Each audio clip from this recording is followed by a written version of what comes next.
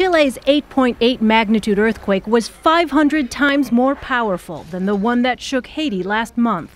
Yet Chile's death toll is not expected to reach anywhere near the estimated 220,000 killed in Haiti. Unlike Haiti, the epicenter was 70 miles off Chile's coast, far from big cities, and the quake struck 22 miles underground. Another difference, past experience.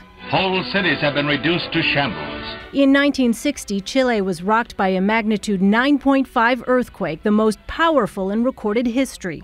It killed more than 1,600 people. It also motivated the Chileans to build to a more sophisticated standard in the future. So the housing stock here, the building stock, is all very, very earthquake resistant. Engineers have learned valuable lessons from other quakes, like another in Chile in 1985, Northridge, California in 1994, and Kobe, Japan in 1995, about how to make buildings earthquake resistant.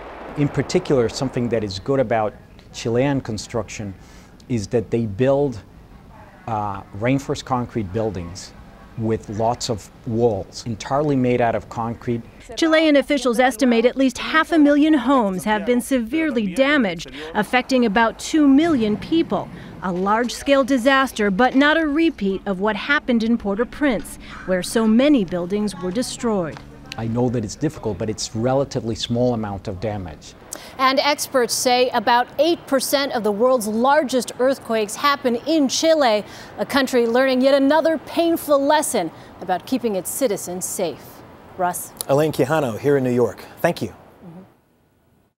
And joining us from Santiago is Pascal Bonafoy, a journalist for the news website Global Post. And Pascal, let me ask you, first of all, I know you were at home yesterday when the earthquake hit. What was the first thing that went through your mind when you realized that something was wrong? Well, we're used to shaking a lot, once in a while tremors, but when it didn't stop shaking and the house started rocking and rattling and things started flying around, then I realized it was a serious earthquake, my first one.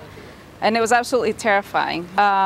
We just didn't know if the house was going to collapse. We'd end up on the first floor. It was complete uncertainty, and most of all, it was eternal. It never ended. It lasted 2 minutes, though.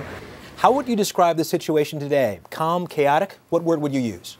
In Santiago, what's happening today, a lot of supermarkets extremely full, packed with people buying anything, as if the world's going to end tomorrow.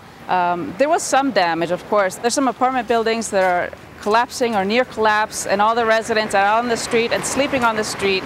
What about those communities to the south? How are things there? There's been a lot of looting as of yesterday throughout the night. But apart from that, there has been complete devastation in coastal cities and towns because of the tidal waves. There's starting to be a little bit of food scarcity, but that's not the main problem right now. The main problem is water, and there has been some complaints that help is getting there too slow. Again, Pascal Bonafoy, a journalist for the news website Global Post. Thank you so much for joining us. Okay, thank you.